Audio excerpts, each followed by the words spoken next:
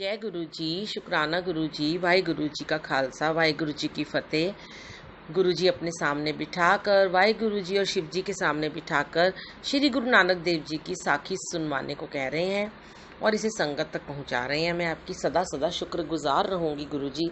Please ऐसी सेवा मुझसे हमेशा लेते रहिएगा। ओम नमो शिवाय, शिव जी सदा सहाय। ओम नमो शिवाय, गुरु जी सदा सहाय। संगत जी, कृपया साखी पढ़ने से पहले अपना सर अवश्य ढक लें। जय गुरु जी, वाहे गुरु जी। साखी और चली। जब संवत 1556 विक्रमी हुआ, श्री गुरु नानक जी परम वैराग्य को प्राप्त होकर घर से जाने को तैयार हो गए। चंदो और मूला अब वहां रहना नहीं चाहते थे, क्योंकि नानकी और जयराम अधिक चंदों को रखना नहीं चाहते थे। अंततः ये निश्चित हुआ कि श्री चंदर जी सुल्तानपुर में रहें और चंदो तथा लक्ष्मीदास मूले के साथ चले जाएं।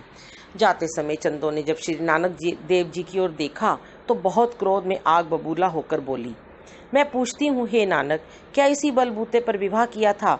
क्या अपनी स्त्री और बच्चों को छोड़ जाना इसी का नाम पुरुषत्व है? ये सुनकर श्री नानक देव जी ने शब्द कहा, मिल मात पिता पिंड कमाया, तिन करता लेख लिखाया, लिख दात जोत वड्याई, मिल माया सुरत गवाई।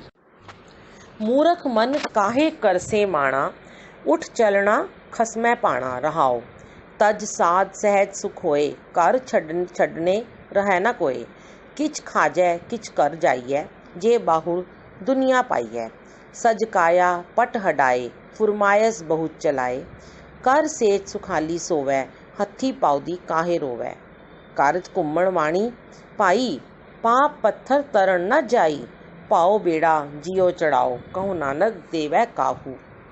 कुछ काल के पश्चात कालू ने भाई मर्दाने को सुल्तानपुर खबर लेने को भेजा और कहा कि तुम जाकर नानक देव जी की खबर ले आओ, मैंने कुछ अशुभ समाचार सुना है।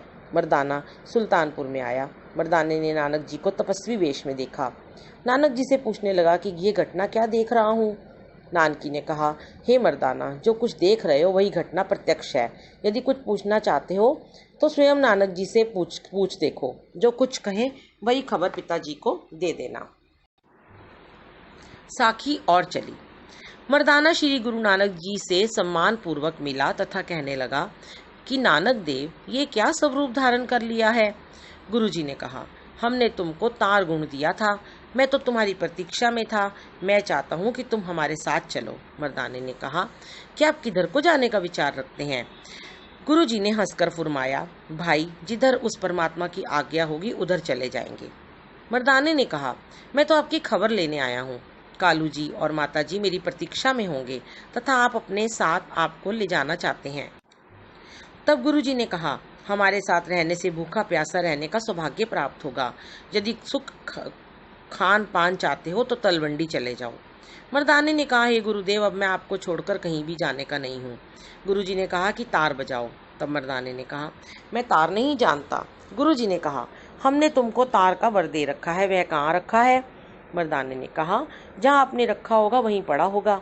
गुरु जी ने कहा, मर्दाना, हमारी आज्ञा मानकर रबाब बजाओ। तब मर्दाना रबाब लाने के लिए नगर में गया। उसने एक मिरासी साज बजाता एक पठान के सामने देखा। तब मर्दाने ने उस मिरासी को कहा, हे मित्र, तुझे एक परमात्मा का अनन्य भक्त बुला रहा है, इसलिए मेरे साथ चलो। दोनों चल पड़े। रास्ते में उसी मिरासी ने मर्दाने से पूछा, क्या आप भी मिरासी हो? मर्दाने ने कहा, जी हाँ। उसने पता पूछा तो मर्दाने ने कहा, मेरा नाम मर्दाना है और राय की तलवंडी का रहने वाला हूँ। इतने में वे दोनों सदगुरु जी के निकट आ गए। उस समय गुरु जी समाधि में थे। मर्दाने के अनुरोध से उसने रबाब को बजाना प्रारंभ किया। गुरु जी उस्तान अवस्था से आए तथा कहने लगे, हे मर्दाना, अब तुम रबाब बजाओ। मर्दाना बजाने लगा तो उससे बजे ही नहीं, क्योंकि मर्दाना बजाना नहीं जानता था। गुरु जी के वर के प्रभाव से मर्दाने ने ऐसी बजाई कि जिसमें जंगली पशु भी मस्ती में विभोर हो गए। गुरु जी को प्रसन्न देखकर मर्दाना अत्यंत सुख सागर में निमग्न हो गया। मर्दाना सोचता था कि ये सब गुरु जी की कृपा का फल है, मैं तो बजाना नहीं जानता था, परंतु अब तो इसके बजाने में पूरा उस्ताद हो गया हूँ। ये सब गुरु नानक की कृपा का फल है। गुरु जी ने कहा, हे मर्दाना, इस रबाब साज को हम सदा अपनाएंगे तथा श्री और साज विषयों की ओर ले जाने वाले हैं, अतः तुमको अपने साथ एक रबाब जरूर रखना चाहिए। मर्दाने ने कहा, महाराज मैं कहाँ से लाऊं? तब गुरुजी ने कहा, आप नगर में जाकर नानकी जी से आग्रह करें। मर्दाना नानकी जी के निकट जाकर कहने लगा, हे नानकी जी, मैं गुरुजी को प्रसन्न करना चाहता हूँ, उसके लिए मुझे एक रबाब ले दो। यदि वह माने तो ले आना, यदि ना माने तो वैसे ही चले आना। उस मिरासी ने कहा, हे गुरुजी, कहीं जाने की और मांगने की क्या आवश्यकता है, आप ये मेरा रबाब ले सकते हैं। गुरुजी कहने लगे, तुम्हारा दिया हमें पहुंच गया, परंतु ये तेरी चीज जिस पर तेरी रोटी है हम नहीं लेना चाहते। तब मर्दाना नानकी जी के निकट जाकर कहने लगा, हमें एक रबाब ले दो, मुझे भी श्री गुरु नानक देव जी ने आपके निकट भेजा है। नानकी ने कहा कि ये मेरा भाई जो कुछ देने को तैयार हूँ, जो कुछ मांगे देने को तैयार हूँ, परंतु वह मुझे अपना सुंदर मुख स्वयं दिखाए तो मैं सब कुछ करूंगी। नानकी जी का संदेश भाई मर्दाने ने गुरुजी को अक्षरशः सुना दिया। गुरुजी मर्दाने को साथ लेकर बहन नानकी के घर में आए। नानकी जी ने आदर सत्कार के साथ अपने प्राणों से अधिक प्यारे भाई को सुंदर आसन पर बिठाया।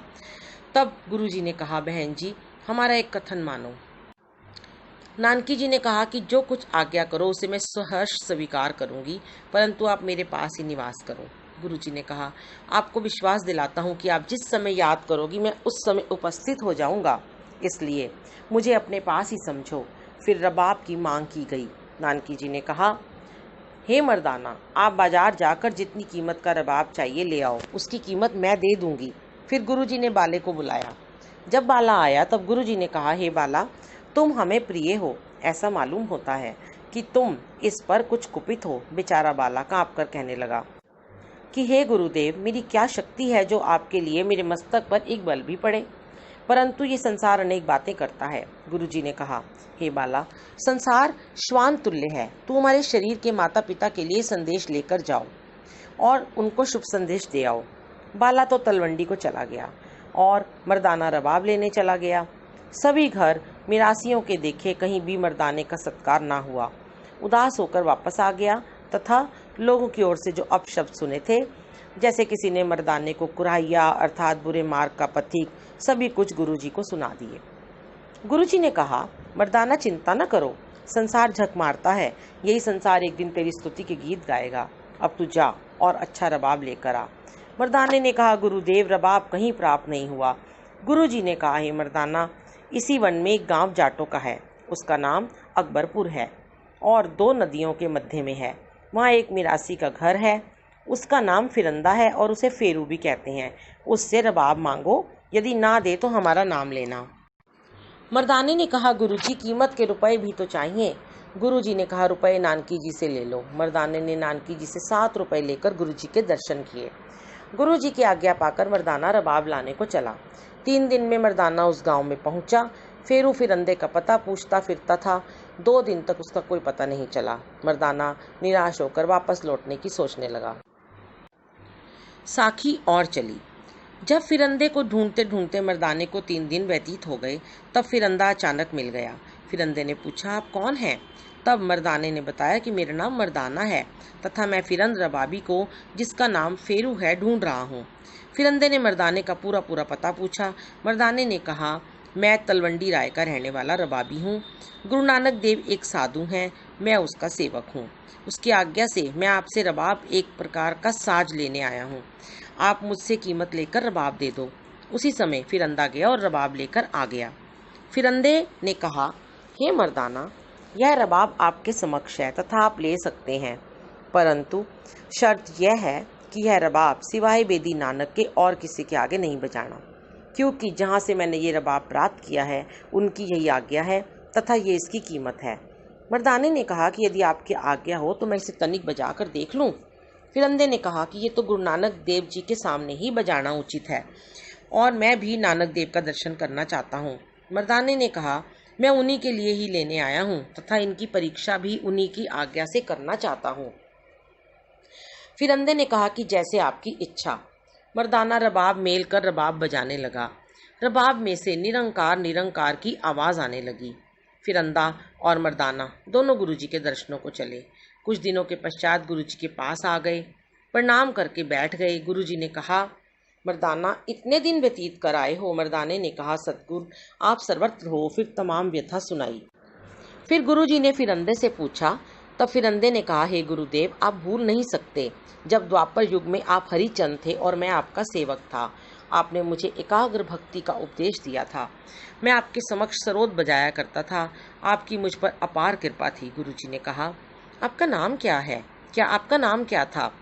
उसने उत्तर दिया, मेरा नाम प्रेम था। फिर गुरुजी ने कहा कि अब ये रबाब कहाँ से तुमको मिला है?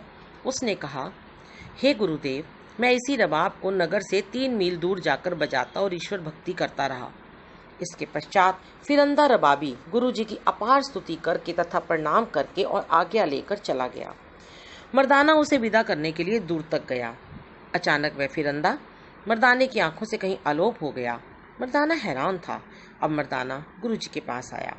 गुरुजी ने पूछा, मर्दाना छोड़ आए हो? तब मर्दाने ने कहा, हे महाराज, ये तो कहीं अलोप ही हो गया है। गुरुजी मुस्कुरा दिए। फिर मर्दाना रबाब का ठाठ मेलने लगा। गुरुजी ने फुरमाया, हे मर्दाना, इसे बजाना आरंभ करो, ठाठ स्वयं ठीक हो जाएगा। मर्दाना आज्ञा मानकर रबाब बजाने लगा। रबाब में से तू ही निरंकार यही ध्वनि निकली थी। उसकी सुर में सुर मिलाकर मर्दाना कहने लगा, हे नानक, मैं तेरा बंदा हाँ। उस समय गुरुजी समाधिस्थ हो गए। 2 दिन समाधि लगी रही। अब मर्दाने ने रबाब बंद कर दिया। उस समय मर्दाने को भूख ने बहुत सताया। मर्दाना मन में विचार करता था कि कब गुरुजी समाधि से जागे और मैं आज्ञा लेकर कुछ खान पान करूं। तीसरे दिन गुरुजी की उत्थान अवस्था हुई। तब गुरुजी ने पूछा, भाई मर्दाना, क्या हाल चाल है? मर्दाना भूख से व्याकुल था। उत्तर दिया कि हे गुरुदेव, आप तो भूख प्यास से दूर हो चुके हो तथा ज्योत से ज्योति का मिलन हो गया है, परंतु मैं तो एक साधारण जीव हूँ, आपके साथ मिल नहीं सकता। गुरुजी ने कहा, हे मर्दाना, हमारे पास तो सदैव दुख और भूख है।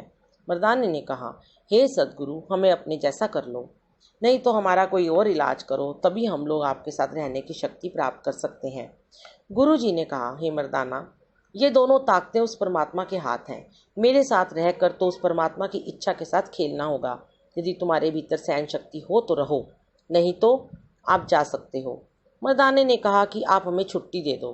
गुरुजी ने कहा, बहुत बहुत अच्छा, तुम जाओ, परंतु ये रबाब बीबी नानकी को दे जाना। तब मर्दाना रबाब लेकर नानकी के पास गया। जय गुरु जी, वाहिगुरु जी, शुक्राना गुरु जी, वाहिगुरु जी का खालसा, वाहिगुरु जी की फतेह।